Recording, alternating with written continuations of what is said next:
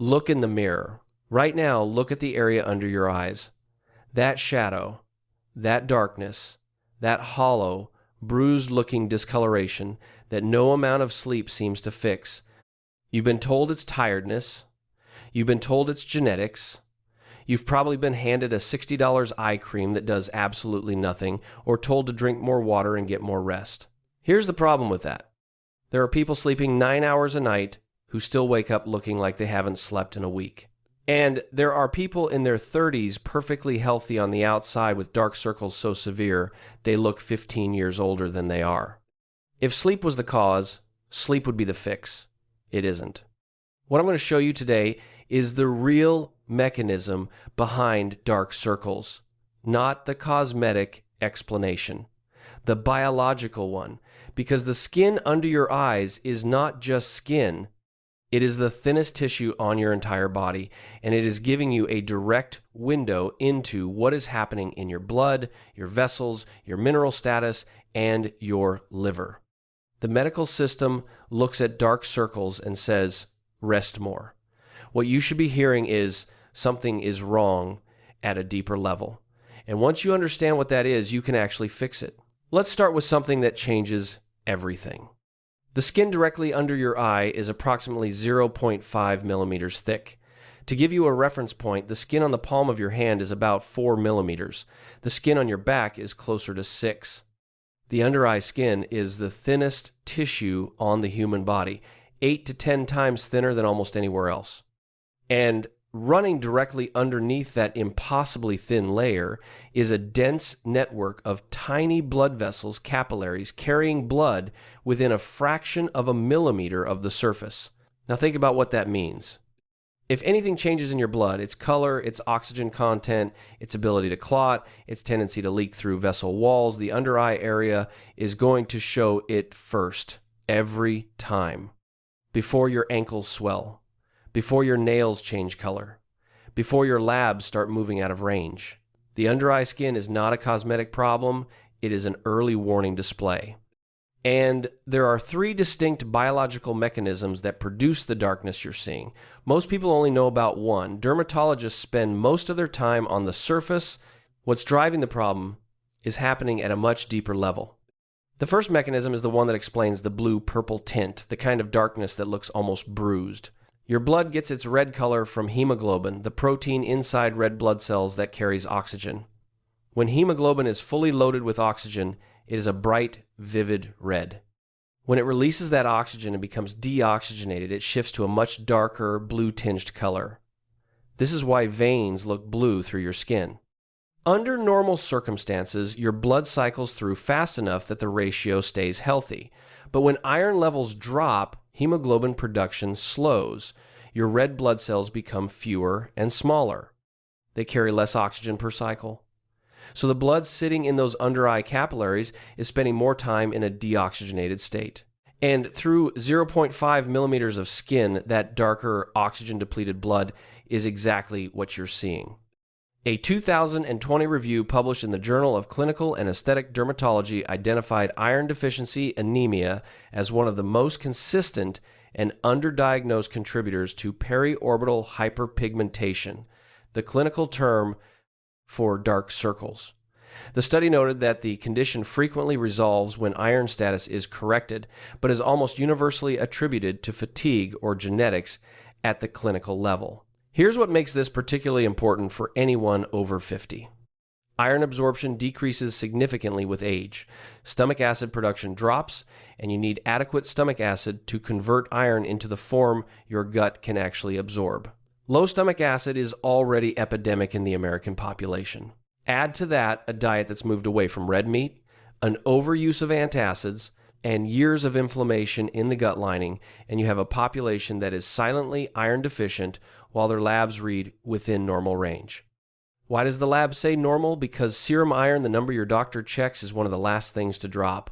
Your body will rob iron from your organs and your bone marrow before it lets the blood level fall. By the time serum iron looks low, the deficiency has been building for years. The test you want is ferritin. That measures stored iron. And in most adults showing persistent dark circles, fatigue, and hair thinning, Ferritin is either low or sitting at the very bottom of the reference range. Technically normal, functionally deficient. The second mechanism is the one almost nobody talks about. And once you understand it, you will never look at dark circles the same way again. Under your eyes, those capillaries are under constant low-level pressure. They flex, they contract, they respond to every rise in blood pressure every night of disrupted sleep, every time you rub your eyes. And they are very small. Microscopic, in fact. Sometimes, very commonly, those tiny vessels leak, just slightly. A small amount of red blood cells escapes into the surrounding tissue. The body's first response is to break those cells down. And when it does, one of the byproducts is a compound called hemosiderin. Hemosiderin is a brownish-black pigment, and it deposits directly in the tissue under your eye. This is not a bruise that resolves in a week. Hemosiderin deposits can sit in tissue for months, sometimes permanently, without the right nutritional intervention. Now, here is the critical part. The process that controls whether that leaked blood is properly reabsorbed, whether those tiny capillary breaks are sealed and repaired, is directly regulated by vitamin K. Specifically, vitamin K's role in activating clotting factors and controlling vascular permeability. When vitamin K is low, capillary walls become fragile. They leak more easily. The microbleeds happen more frequently. More hemosiderin accumulates. The darkness deepens over months and years.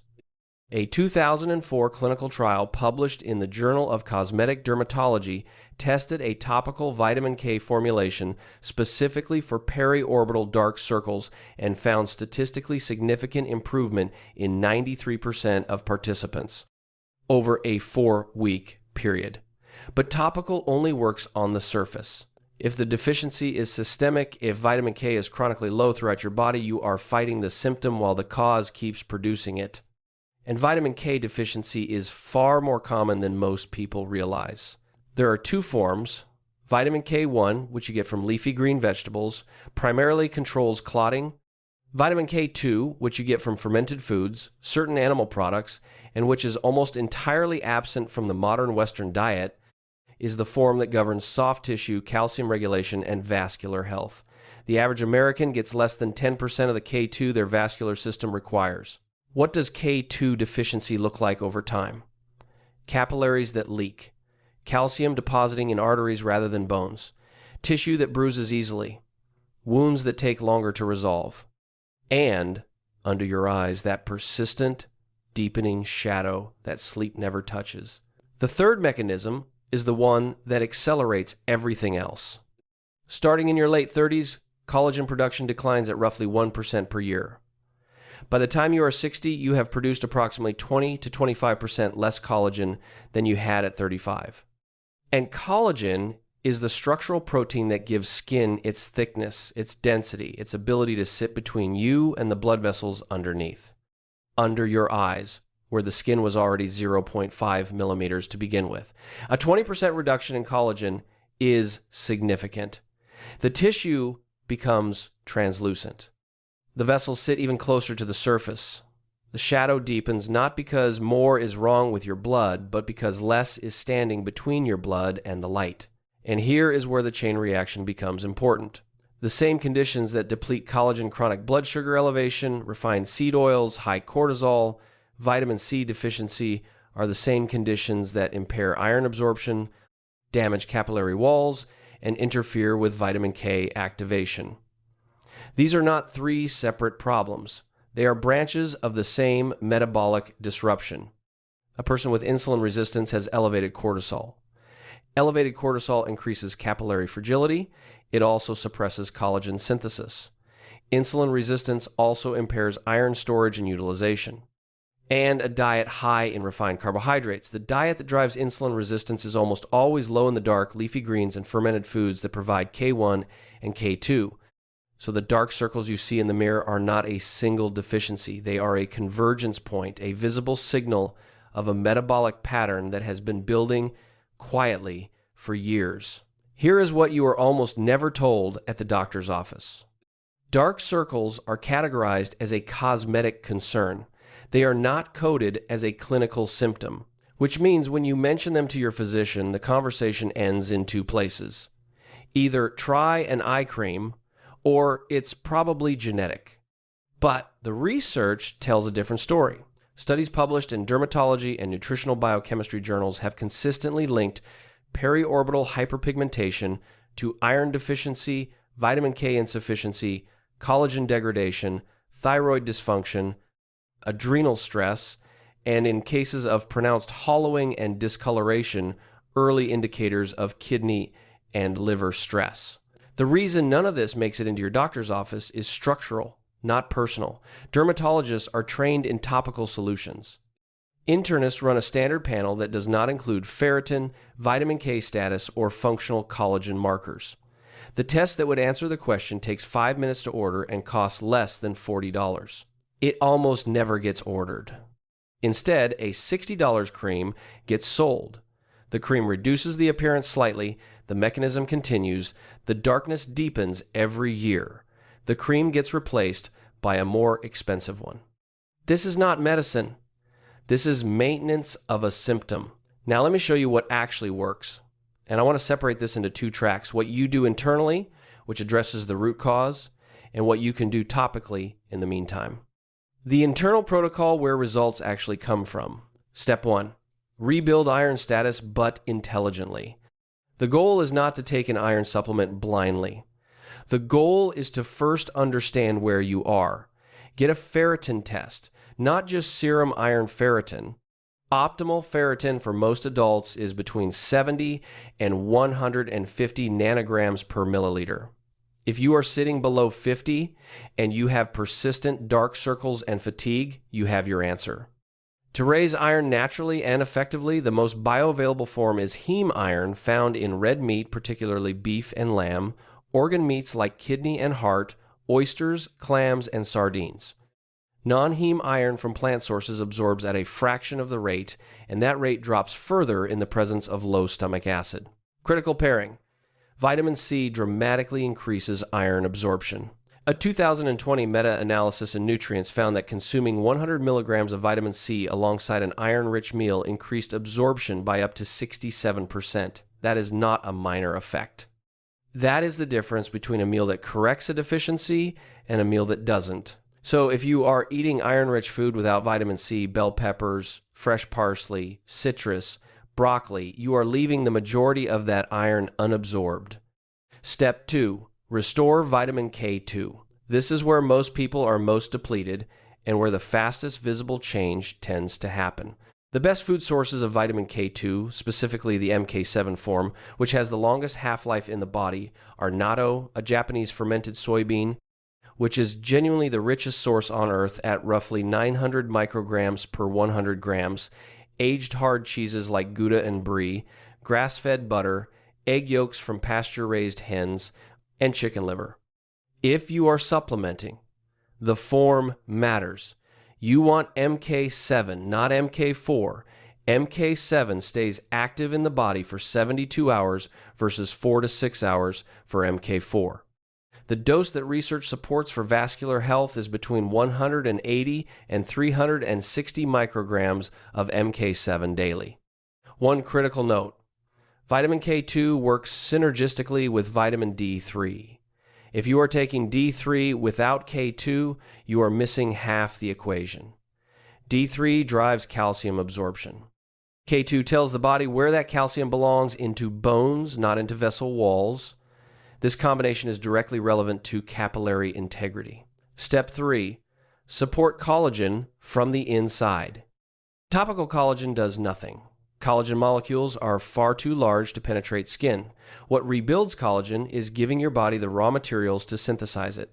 3 things are required for collagen synthesis: glycine, the primary amino acid in collagen; vitamin C, essential cofactor. Without it, the collagen molecule literally cannot be stabilized; and zinc, required for the enzyme that cross-links collagen fibers into functional structure.